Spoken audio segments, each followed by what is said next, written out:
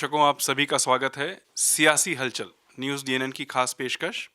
विधानसभा 2022 के चुनाव सर पे हैं। हर राजनीतिक पार्टी अपने भरसक प्रयास कर रही है कि वो किसी भी तरीके से सत्ता में आए। एक विश्वास जीतना और उसके बाद उस विश्वास को डिलीवर करना, ये दो चीज़ें हैं जो राजनीति में बहुत मायने रखती हैं। आज हमारी इस खास पेशकश में हमारे साथ हैं सुखविंदर सिंह बिंद्रा जी, जो कि पंजाब यूथ डेवलपमेंट बोर्ड के चेयरमैन हैं।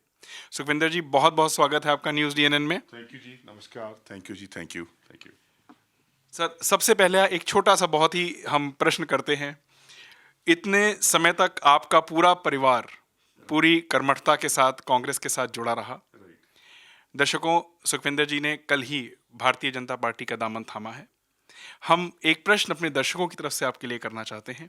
क्या ऐसी खास वजह रही बिंद्रा साहब की इतने समय तक कांग्रेस के साथ चल करके, इतने कार्य करके, और आप जैसी जो शख्सियत है जो पूरे पंजाब में शायद हमारे दर्शक ना जानते हो, तो हम एक बार फिर से बताना भी चाहेंगे कि ये वो शख्सियत है जिसने एक लंबे समय तक बराबर जनता के बीच में रहते हुए उनकी सेवा करी। कोरोना काल में इन्होंने जो कार्य करे वो सराहनीय रहे हैं और मानवता के लिए एक तरीके से सड़क पर उतर करके इन्होंने उनका दामन थामा और उनके साथ आगे बढ़े।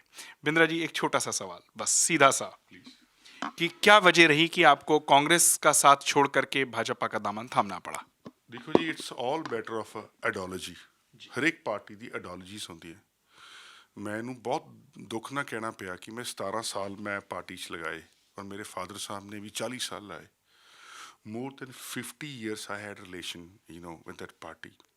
And I did my best। ਤੁਸੀਂ ਕਹੋ ਨਾ ਕਿ ਇੱਕ ਲੜਕਾ ਜਿਹਦੀ ਇੰਜੀਨੀਅਰਿੰਗ ਬੈਕਗਰਾਊਂਡ ਹੋਵੇ, ਉਹ ਬਾਹਰ ਜਾਂਦਾ ਹੈ, US ਜੌਬ ਕਰਦਾ, ਜੌਬ ਛੱਡ ਕੇ ਉਰੇ ਆਉਂਦਾ ਹੈ। ਪਹਿਲੀ ਇੱਕ very small election youth Congress ਦੀ ਇਲੈਕਸ਼ਨ ਹੁੰਦੀ, ਜਿਹਨੂੰ ਆਪਾਂ ਕਹਿੰਦੇ ਹਾਂ ਬਲਾਕ ਲੈਵਲ। ਲੁਧਿਆਣਾ ਵੈਸਟ ਤੋਂ ਮੈਂ ਇਲੈਕਸ਼ਨ ਫਾਈਟ ਕਰਦਾ, ਜਿੱਤ ਜਾਣਾ, ਪ੍ਰੈਜ਼ੀਡੈਂਟ ਬਣਦਾ। ਡਿਸਟ੍ਰਿਕਟ ਲੁਧਿਆਣੇ ਦਾ ਇੰਚਾਰਜ ਰਹਿਣਾ, ਸਟੇਟ ਦਾ ਸੈਕਟਰੀ ਬਣਦਾ, ਸਟੇਟ ਦਾ ਸਪੋਕਸਮੈਨ ਬਣਦਾ। ਬਲਕਿ I worked at the block level, district level, state level. 10-12 ਸਾਲ 13 ਸਾਲ ਯੂਥ ਕਾਂਗਰਸ ਕੰਮ ਕਰਕੇ ਪਿਛਲੇ। ਉਸ ਤੋਂ ਬਾਅਦ ਮੈਨੂੰ PPC ਦਾ, ਜੋ ਪੰਜਾਬ ਪ੍ਰਦੇਸ਼ ਕਾਂਗਰਸ ਕਮੇਟੀ ਹੈ, ਉਹਨਾਂ ਦਾ ਵਾਈਸ ਚੇਅਰਮੈਨ ਲਗਾਇਆ ਜਾਂਦਾ for the coordination cell.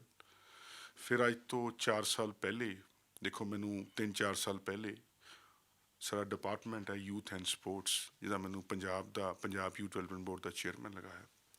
And I think I could bat on this thing, ਕਿ ਜੋ ਕੰਮ ਕੀਤਾ ਪਿਛਲੇ 3-4 ਸਾਲਾਂ 'ਚ ਸਾਡੇ ਬੋਰਡ ਨੇ, ਮੇਰੇ ਖਿਆਲ ਨਹੀਂ ਕਿ ਕਿਸੇ ਬੋਰਡ ਨੇ ਕੰਮ ਕੀਤਾ ਹੋਊਗਾ। ਬਹੁਤ ਹਾਰਡੈਸਟ ਪਾਰਟ ਹੁੰਦਾ ਕਿ ਜਦ ਆਪਾਂ CSR ਫੰਡ 'ਚੋਂ ਕੋਈ ਡਿਵੈਲਪਮੈਂਟ ਕਰਾਉਣੀ ਆ, ਚਾਹੇ ਸਪੋਰਟ ਕਿਟਸ ਵੰਡਣੀਆਂ ਹੋਣ, ਚਾਹੇ ਪਲੇਗਰਾਊਂਡਸ ਤਿਆਰ ਕਰਾਉਣੇ ਹੋਣ, ਚਾਹੇ ਕਰੋਨਾ ਦੇ ਟਾਈਮ ਵੇਲੇ PPP ਕਿਟਸ ਦੇਣੀਆਂ ਹੋਣ, ਚਾਹੇ ਬੱਚਿਆਂ ਦੀ ਫੀਸਾਂ ਮਾਫ ਕਰਾਉਣੀਆਂ ਹੋਣ। ਮਤਲਬ ਕਿ ਲੱਖਾਂ ਕਰੋੜਾਂ ਰੁਪਏ ਤੁਸੀਂ ਦੇਖੋ, ਮੈਂ ਆਪਣੇ ਦੋਸਤਾਂ ਕੋਲ ਜਾ ਕੇ ਰਿਕੁਐਸਟ ਕਰਕੇ ਕਿਵੇਂ ਮੈਂ ਇਹ ਪ੍ਰੋਜੈਕਟਸ 'ਤੇ ਪੈਸੇ ਲਗਵਾਏ ਹੋਣਗੇ। ਮਕਸਦ ਕੀ ਸੀਗਾ? ਮਕਸਦ ਸੀਗਾ ਕਿ ਯੂਥ ਦੀ ਕਿਵੇਂ ਪ੍ਰੋਗਰੈਸ ਹੋਵੇ, ਨਸ਼ੇ ਨੂੰ ਅਸੀਂ ਕਿਵੇਂ ਦੂਰ ਕਰੀਏ, ਸਪੋਰਟਸ ਨੂੰ ਅਸੀਂ ਕਿਵੇਂ ਪ੍ਰਮੋਟ ਕਰੀਏ। ਆਹੀ ਸੀ ਨਾ ਮਕਸਦ ਮੇਰਾ, ਤਾਂ ਵਿੱਚ ਕੋਈ ਸੀਗਾ ਨਹੀਂ। ਸੋ ਮੈਨੂੰ ਇੰਡਸਟਰੀ ਪੁੱਛਦੇ ਸੀ ਕਿ ਯਾਰ ਪਹਿਲਾ ਇਨਸਾਨ ਦੇਖਿਆ ਜਿਹੜਾ ਆਪਣਾ ਕੰਮ ਨਹੀਂ ਕਰਾਉਂਦਾ, ਬਾਕੀਆਂ ਦੇ ਕੰਮ। ਮੈਂ ਕਿਹਾ ਇਹਦੇ 'ਚ ਮੇਰਾ ਕੰਮ ਹੈ, ਆਈ ਲਵ ਦਿਸ, ਇਹ ਮੇਰਾ ਪੈਸ਼ਨ ਹੈ, ਮੈਂ ਦਿਲੋਂ ਕਰ ਰਿਹਾ। ਔਰ ਸਭ ਨੇ ਮੇਰਾ ਸਾਥ ਦਿੱਤਾ। ਲੱਖਾਂ ਦੇ ਵਿੱਚ ਅਸੀਂ ਜਿਹੜੀ ਸਪੋਰਟ ਕਿਟਸ ਵੰਡੀਆਂ, 2250 ਸਪੋਰਟ ਕਿਟਸ ਵੰਡੀਆਂ। ਦੇਖੋ ਲੱਖਾਂ ਦੇ ਵਿੱਚ ਯੂਥ ਨੂੰ ਫਾਇਦਾ ਹੋਇਆ, ਪਲੇਗਰਾਊਂਡ ਤਿਆਰ ਕਰਾਏ, ਸਾਰਾ ਕੁਛ ਕਰਦੇ ਰਹੇ। ਪਰ ਐਟ ਦ ਐਂਡ ਕਿ ਡਿਪਾਰਟਮੈਂਟ ਵੱਲੋਂ, ਸਰਕਾਰ ਵੱਲੋਂ ਕੋਈ ਸਪੋਰਟ ਹੀ ਨਹੀਂ ਸੀਗੀ। ਜਿਵੇਂ ਕਹਿੰਦੇ ਬੀਇੰਗ ਇਗਨੋਰਡ। ਸੋ ਮੈਂ ਡਮੀ ਬਣ ਕੇ ਕੰਮ ਨਹੀਂ ਕਰਨਾ ਚਾਹੁੰਦਾ ਸੀਗਾ। ਮੈਂ BJP ਦੇ ਕੁਛ ਟੌਪ ਲੀਡਰਸ ਨੂੰ ਮਿਲਿਆ, ਮੈਂ ਦੱਸਿਆ ਜੀ ਸਾਡਾ ਰੋਡ ਮੈਪ ਹੈ, ਇਹਦੇ ਵੈਰੀ ਵੈਲ ਐਗਰੀ। ਬੜਾ ਉਹਨੇ ਐਪਰੀਸ਼ੀਏਟ ਕੀਤਾ। ਉਹ ਕਹਿੰਦੇ ਅਸੀਂ ਹੋਰ ਜ਼ਿਆਦਾ ਕਰਨਾ ਚਾਹੁੰਦੇ ਹਾਂ। ਮੈਨੂੰ ਲੱਗਿਆ ਕਿ ਵਾਕਈ ਜੇ ਅਸੀਂ ਯੂਥ ਦੀ ਪ੍ਰੋਗਰੈਸ ਚਾਹੁੰਦੇ ਹਾਂ, ਯੂਥ ਦੀ ਡਿਵੈਲਪਮੈਂਟ ਚਾਹੁੰਦੇ ਹਾਂ, ਅਤੇ ਓਬਵੀਅਸਲੀ ਇੱਕ ਚੰਗਾ ਟਰੈਕ ਚਾਹੀਦਾ, ਇੱਕ ਚੰਗਾ ਬੇਸ ਚਾਹੀਦਾ। ਅਤੇ ਮੈਨੂੰ ਲੱਗਿਆ ਉਹ ਬੇਸ BJP 'ਚ ਹੈ। ਜਿਵੇਂ ਯੂਥ ਕੀ ਮੰਗਦਾ ਹੈ, ਆਪਾਂ ਸਭ ਲੋਕ ਆਉਂਦੇ, ਤੁਹਾਡੇ ਮੀਡੀਆ 'ਤੇ ਬਹੁਤ ਸਾਰੀ ਬਾਈਟਸ ਚੱਲਦੀਆਂ, ਇੰਟਰਵਿਊਜ਼ ਚੱਲਦੀਆਂ, ਸਭ ਆਪਣੇ ਪੋਲੀਟੀਕਲ ਸਮੀਕਰਨ ਗੱਲ ਕਰਦੇ, ਇੱਕ ਦੂਜੇ 'ਤੇ ਕਿੱਚੜ ਪਾਤਾ, ਪਰ ਡਿਵੈਲਪਮੈਂਟ ਦੀ ਕੋਈ ਗੱਲ ਹੀ ਨਹੀਂ ਕਰਦਾ।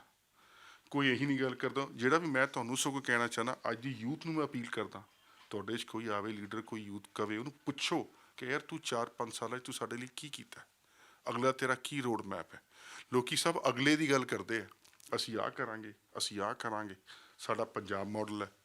ਪਿੱਛੇ ਪੰਜਾਬ ਮਾਡਲ ਕਿਉਂ ਨਹੀਂ ਬਣ ਪਾਇਆ ਪਿਛਲੇ 4 ਸਾਲਾਂ 5 ਸਾਲਾਂ 'ਚ? ਤੁਸੀਂ ਆਪਣੇ ਹਲਕੇ ਦੇ ਐਮਐਲਏ ਸੀਗੇ, 10 ਸਾਲ ਹੋ ਗਏ, ਉਦੋਂ ਕਿਉਂ ਨਹੀਂ ਬਣਿਆ ਪੰਜਾਬ ਮਾਡਲ? ਉਦੋਂ ਕਿਉਂ ਨਹੀਂ ਸਟੇਡੀਅਮ ਬਣੇ, ਕਿਉਂ ਨਹੀਂ ਬਣੇ ਪਲੇਗਰਾਊਂਡ ਸੀ?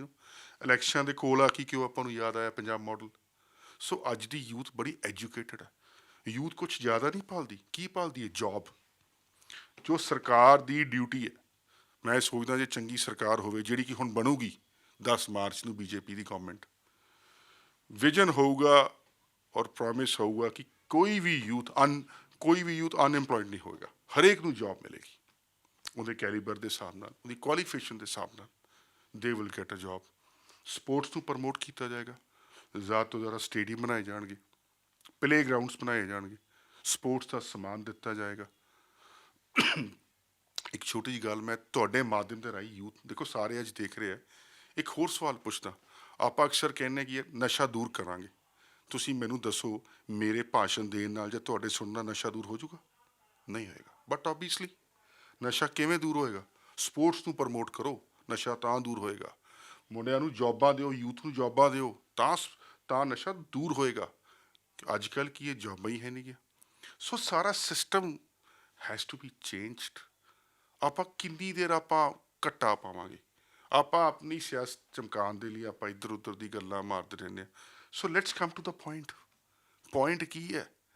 ਪੁਆਇੰਟ ਗੱਲਾਂ ਨਾਲ ਨਹੀਂ ਪੁਆਇੰਟਸ ਖਤਮ ਹੋ ਰਹੇ। ਦੱਸੋ ਕੀ ਕੀਤਾ? ਜੇ ਤੁਹਾਨੂੰ ਕਿਸੇ ਨੇ ਚਾਂਸ ਦਿੱਤਾ 4 ਸਾਲ ਲਈ, ਤੁਸੀਂ ਐਮਐਲਏ ਬਣੇ, ਤੁਸੀਂ 5 ਸਾਲਾਂ 'ਚ ਕੀ ਕੀਤਾ? ਦੱਸੋ ਤੁਸੀਂ 10 ਸਾਲਾਂ 'ਚ ਕੀ ਕੀਤਾ? ਉਹ ਗੱਲ ਛੱਡੋ ਕਿ ਅੱਜ ਤੋਂ ਬਾਅਦ ਅਸੀਂ ਕੀ ਕਰਾਂਗੇ, ਉਹ ਤਾਂ ਬਾਅਦ ਦੀਆਂ ਗੱਲਾਂ ਹੈ। ਤੁਸੀਂ ਜਿੱਤੋਗੇ ਤਾਂ ਆਹੋਗੇ ਨਾ। ਹੁਣ ਤੁਸੀਂ ਪਿਛਲੇ 10 ਸਾਲ ਤੱਕ ਕੁਝ ਕੀਤਾ नहीं, ਹੁਣ ਆਪਾਂ ਕੀ ਕਰਾਂਗੇ? ਆ ਗੱਲ ਹੈ जी। दर्शकों, हर तरफ से एक पॉलिटिकल जब समाज शुरू होता है, राजनीति में देखा जाता है, इलेक्शंस के समय बहुत सारे दावे किए जाते हैं, वादे किए जाते हैं, और हर तरफ से राजनीति में ये कहा जाता है कि हमने यूथ को आगे लाना है। हम कई बार ये भी कहते सुनते हैं लोगों को कि शिक्षित वर्ग राजनीति में आना नहीं चाहता, और इसका उदाहरण हम आपके सामने कहने की ज़रूरत नहीं है। इंजीनियर खुद आपके सामने बैठे हुए हैं और राजनीति में आए हैं। राजनीति में आने के बाद क्या हम ऐसे सवालों को सुनने का मादा रखते हैं? यदि शिक्षित वर्ग आएगा तो वो हमसे सवाल करेगा, और क्या हम उन सवालों के जवाब देने के लिए तैयार हैं? शिक्षा एक ऐसा बहुमूल्य रत्न है जिसको कि कोई छीन नहीं सकता। बिंद्रा साहब, हम सबसे पहले, क्योंकि आप एक युवा उसमें आते हैं, आप शिक्षित हैं और आपको सियासी ज्ञान भी पूरा है, क्योंकि एक 4 दशक से ज़्यादा आपका परिवार सियासत में है। हम एक बहुत सीधा सा सवाल आपके साथ करना चाहते हैं कि यदि आपकी सरकार बनती है, भाजपा की सरकार बनती है, शिक्षा एक जो बहुत ही मूलभूत चीज़ है, क्योंकि अगर ये मिल जाए तो मेरे ख्याल से बाकी सारी सुविधाएं इंसान खुद अपने पैरों पे खड़े होकर के पूरी कर सकता है। शिक्षा और स्वास्थ्य के बारे में आप क्या कहना चाहेंगे? ਬਿਲਕੁਲ ਜੀ। ਜਿਹੜੀ ਸਿੱਖਿਆ, ਜਿਹੜੀ ਆਪਾਂ ਐਜੂਕੇਸ਼ਨ ਦੀ ਗੱਲ ਕਰ ਰਹੇ ਹਾਂ, ਪ੍ਰਾਇਮਰੀ ਬੇਸ ਕੀ ਹੈ? ਇੱਕ ਯੂਥ ਦੀ ਡਿਵੈਲਪਮੈਂਟ ਦਾ ਪ੍ਰਾਇਮਰੀ ਬੇਸ ਕੀ ਹੁੰਦਾ? ਐਜੂਕੇਸ਼ਨ। ਜੇ ਅੱਜ ਮੈਂ ਵੀ ਐਜੂਕੇਟਡ ਨਾ ਹੁੰਦਾ ਤੇ ਸ਼ਾਇਦ ਉਹਨਾਂ ਦੀ ਗੱਲਾਂ ਦੇ ਵਿੱਚ ਆ ਕੇ ਗੱਲਾਂ ਹੀ ਕਰ ਰਿਹਾ ਹੁੰਦਾ ਜੀ। ਜੇ ਕੋਈ ਚੀਜ਼ ਦਾ ਡਿਫਰੈਂਸ ਪੈਂਦਾ, education makes a difference. Obviously this is the very essential part. Education must ਹੈ ਜੀ, ਔਰ ਉਹਦੇ ਲਈ ਸਾਨੂੰ ਪ੍ਰੋਪਰ ਸਕੂਲ ਚਾਹੀਦੇ। ਅਸੀਂ ਇੰਸ਼ੋਰ ਕਰਦੇ ਹਾਂ ਜੇ ਬੀਜੇਪੀ ਸਰਕਾਰ ਆਏਗੀ, ਜਿਹੜੀ ਕਿ ਆ ਰਹੀ ਹੈ, ਪ੍ਰੋਪਰ ਐਜੂਕੇਸ਼ਨ ਦਿੱਤੀ ਜਾਏਗੀ, ਪ੍ਰੋਪਰ ਰਿਫਾਰਮਸ ਪਾਲਿਸੀਜ਼ ਲਿਆਵਾਂਗੇ। ਕਿਵੇਂ ਹਰੇਕ ਨੂੰ ਚੰਗੀ ਇੱਕ ਐਜੂਕੇਸ਼ਨ ਮਿਲੇ, ਸਮਾਰਟ ਸਕੂਲ ਬਣਾਏ ਜਾਣ, ਸਕੂਲਸ ਡਿਵੈਲਪ ਕੀਤੇ ਜਾਣ।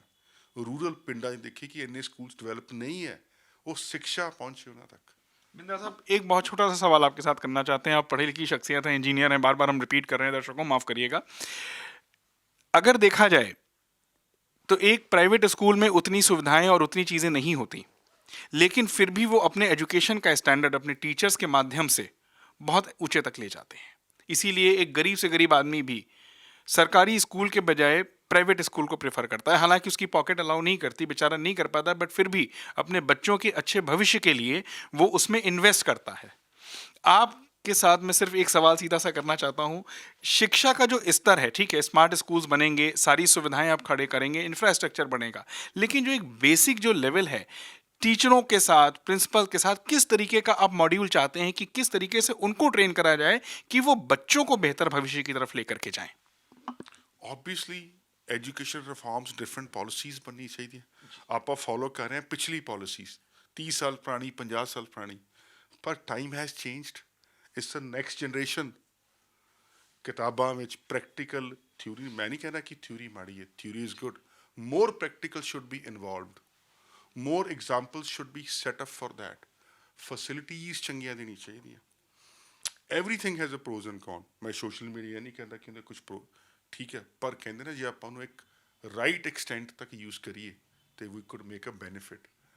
ਪਰ ਜੇ ਆਪਾਂ ਇੱਕ ਲੱਗੇ ਰਹੀਏ ਚੀਜ਼ ਨੂੰ ਓਵਰ ਯੂਜ਼ ਕਰੀਏ ਤੇ obviously will win a Las.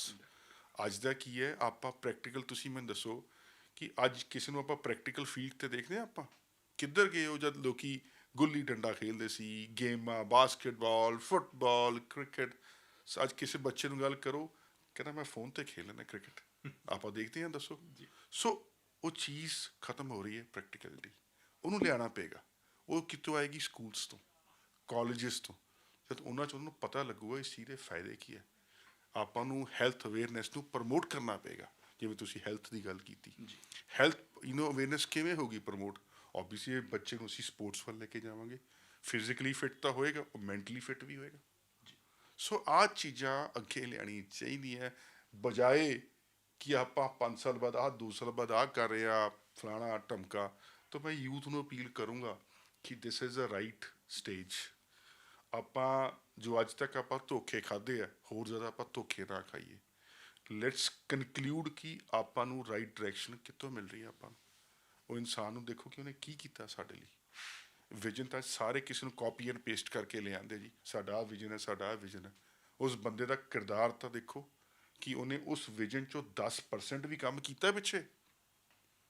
ਉਸ 10 ਸਾਲ ਹੋ ਗਏ, 20 ਸਾਲ ਹੋ ਗਏ, 25 ਸਾਲ ਹੋ ਗਏ, ਜਿਹੜੇ ਅੱਜ ਇੰਨੇ ਵੱਡੇ ਵਿਜ਼ਨ ਲੈ ਕੇ ਆ ਰਹੇ ਕਿ ਉਹਨੇ 25% ਵੀ ਉਹ ਵਿਜ਼ਨ 'ਚੋਂ ਕੁਛ ਕੀਤਾ। ਜੇ ਉਹਨੇ ਕੁਛ ਕੀਤਾ ਹੀ ਵਾਜ਼ ਜ਼ੀਰੋ, ਤੇ ਹੁਣ ਕੀ ਕਰੂਗਾ ਜੀ? ਉਹ ਹੈ ਤਾਂ ਇਨਸਾਨ ਸੇਮ ਹੀ ਹੈ, ਔਰ ਹਲਕਾ ਵੀ ਸੇਮ ਹੈ, ਪੋਸਟ ਵੀ ਸੇਮ ਹੈ। ਤੇ ਫਿਰ ਸੋ ਇਹ ਟਾਈਮ ਹੈ ਪ੍ਰੈਕਟੀਕਲਿਟੀ ਦਾ। ਵਰਕ ਹਾਰਡ, ਮਿਹਨਤ ਕਰੋ, ਦੱਬ ਕੇ ਕਰੋ। ਔਰ ਮੈਂ ਹੀ ਕਹੂੰਗਾ ਕਿ ਆਪਾਂ ਸਮਝੀਏ ਟਾਈਮ ਦੀ ਨਗਾਜ਼ਤ ਨੂੰ ਸਮਝੀਏ, ਔਰ ਪਾਰਟੀ ਨੂੰ ਦੇਖੀਏ ਕਿ ਕਿਹੜੀ ਪਾਰਟੀ ਦਾ ਵਿਜ਼ਨ ਸਟਰੋਂਗ ਹੈ, ਤਾਂ ਕਿ ਪ੍ਰੈਕटिकली ਜਿਹੜਾ ਸਾਨੂੰ ਉਸ 'ਤੇ ਕੰਮ ਕਰਵਾਉਣ। एक सवाल बहुत छोटा सा और बहुत ही सीधा सा, आपको लगता है कि बीजेपी के विजन के साथ आप ये सारी चीज़ों को आम आदमी तक, बच्चों तक और हमारे यूथ तक पहुंचा पाएंगे? ਬਿਲਕੁਲ ਜੀ। ਮੈਂ ਇਸ ਤੋਂ ਜਦੋਂ ਮੈਂ ਹੋਰ ਐਗਜ਼ਾਮਪਲਸ ਦੇ ਦੇਣਾ, ਜਦ ਮੈਂ ਆਈਡੀਓਲੋਜੀ ਪੜ੍ਹੀ ਆ, ਤੁਸੀਂ ਦੇਖੋ I wanted to go practical to that. ਸਾਡੇ ਪੰਜਾਬ ਵਿੱਚ ਹੀ ਜੇ ਆਪਾਂ ਦੇਖੀ, ਚਲੋ ਆਪਾਂ ਆਪਣੀ ਸਟੇਟ ਦੀ ਐਗਜ਼ਾਮਪਲ ਲੈਂਦੇ ਹਾਂ ਜੀ, ਠੀਕ ਹੈ। ਕਰਤਾਰਪੁਰ ਸਾਹਿਬ ਲਾਂਘਾ ਕਿਹਨੇ ਖੋਲ੍ਹਿਆ? ਬੀਜੇਪੀ। 84 ਦੇ ਰॉयट्स ਹੋਏ ਸੀਗੇ, ਕਲਪਿਟਸ ਫੜੇ ਗਏ, ਸਜ਼ਾ ਕਿਹਨੇ ਦਵਾਈ? ਬੀਜੇਪੀ ਨੇ। ਸਾਡੇ ਸਾਹਿਬਜ਼ਾਦਾ ਦਿਨ ਸੈਲੀਬ੍ਰੇਟ ਕੀਤਾ 26 ਦਸੰਬਰ, ਕਿਹਨੇ ਕੀਤਾ? ਬੀਜੇਪੀ ਨੇ। ਤੁਸੀਂ ਦੇਖੋ ਕਿ ਇੱਕ ਪਾਰਟੀ ਕੰਮ ਕਰ ਰਹੀ ਹੈ, ਦੂਜੀ ਪਾਰਟੀ ਗੱਲਾਂ ਕਰ ਰਹੀ ਹੈ। ਉਹ ਦੋਨੋਂ ਪਾਰਟੀਆਂ ਨੂੰ ਦੇਖੋ ਕਿ ਉਹ ਕਿੰਨੇ ਸਾਲ ਪਾਵਰ 'ਚ ਰਹੇ ਤੇ ਉਹ ਕਿੰਨੇ ਸਾਲ ਪਾਵਰ 'ਚ ਰਹੇ। ਵਾਟ ਹੈਵ ਦੇ done? They have done nothing. ਤੋ ਕਿਉਂ ਨਾ ਦੇਖੋ, ਜੇ ਅੱਜ ਸਰਕਾਰ ਦੀ ਆਈਡੀਓਲੋਜੀਜ਼ ਹੈ, ਆਪਾਂ ਕਿਉਂ ਨਾ ਉਹਨਾਂ ਨੂੰ ਆਪਾਂ ਦੇਖੀਏ। ਸੈਂਟਰ ਦੇ ਕੋਲ ਫੰਡਸ ਹੈ, ਉਹ ਡਿਵੈਲਪ ਕਰ ਸਕਦੇ ਆ। ਆਪਾਂ ਆਪਣਾ ਫਿਰ 5-10 ਸਾਲ ਵੇਸਟ ਨਹੀਂ ਕਰਨਾ ਚਾਹੁੰਦੇ। ਉਹ ਵੇਸਟ ਵਿੱਚ ਕੀ ਹੋਊਗਾ? ਬਹੁਤ ਸਾਰੀ ਯੂਥ ਅਨਇੰਪਲੋਇਡ ਹੋ ਜਾਏਗੀ, ਉਹ ਬੈਕ ਟਰੈਕ 'ਤੇ ਆ ਜਾਏਗੀ। ਸੋ ਅੱਜ ਸਾਡੇ ਕੋਲ ਉਸ ਚੀਜ਼ ਦਾ ਮਾਦਾ ਨਹੀਂ ਹੈ। ਅੱਜ ਆਪਾਂ ਨੂੰ ਉਹ ਸਰਕਾਰ ਚਾਹੀਦੀ ਜਿਹੜਾ ਸਾਡਾ ਹੱਥ ਫੜੇ, ਪ੍ਰੋਪਰ ਫੰਡਿੰਗਸ ਕੀਤੀ ਜਾਣ, ਪ੍ਰੋਪਰ ਡਿਵੈਲਪਮੈਂਟ ਹੋਵੇ। ਤੇ ਉਹ ਬੀਜੇਪੀ ਗਵਰਨਮੈਂਟ ਕੋਲ ਹੀ ਹੈ, ਸੈਂਟਰ ਦੇ ਕੋਲ ਹੀ ਹੈ। ਜੇ ਸੈਂਟਰ ਤੇ ਸਾਡੇ सूबे ਦੀ ਸਰਕਾਰ ਇੱਕ ਹੋਵੇ, I think this could make a big difference. दर्शकों, ये थी हमारी एक मुख्तसर सी बातचीत सुखविंदर सिंह बिंद्रा जी के साथ, जो कि पंजाब यूथ डेवलपमेंट बोर्ड के चेयरमैन हैं। इन्होंने अपना रोड मैप भी बताया, इन्होंने अपने वो कारण भी बताए कि किस कारण से इन्होंने बीजेपी का हाथ थामा है। यूथ के भले के लिए, एक नई दिशा देने के लिए, एक नई दशा देने के लिए। कहते हैं दिशा सही हो तो दशा अपने आप अच्छी हो जाती है। तो बिंद्रा साहब, हम आपको बहुत बहुत हार्दिक बधाई देते हैं और हम उम्मीद करते हैं कि आप इसी तरीके से, जो इतने सालों से आप समाज सेवा करते जा रहे हैं, आगे भी आपका ये प्रयत्न चलता रहे और लोगों को इसका फायदा मिलता रहे। धन्यवाद। YouTube channel News DNN by clicking the bell icon. Don't forget to like, comment and share.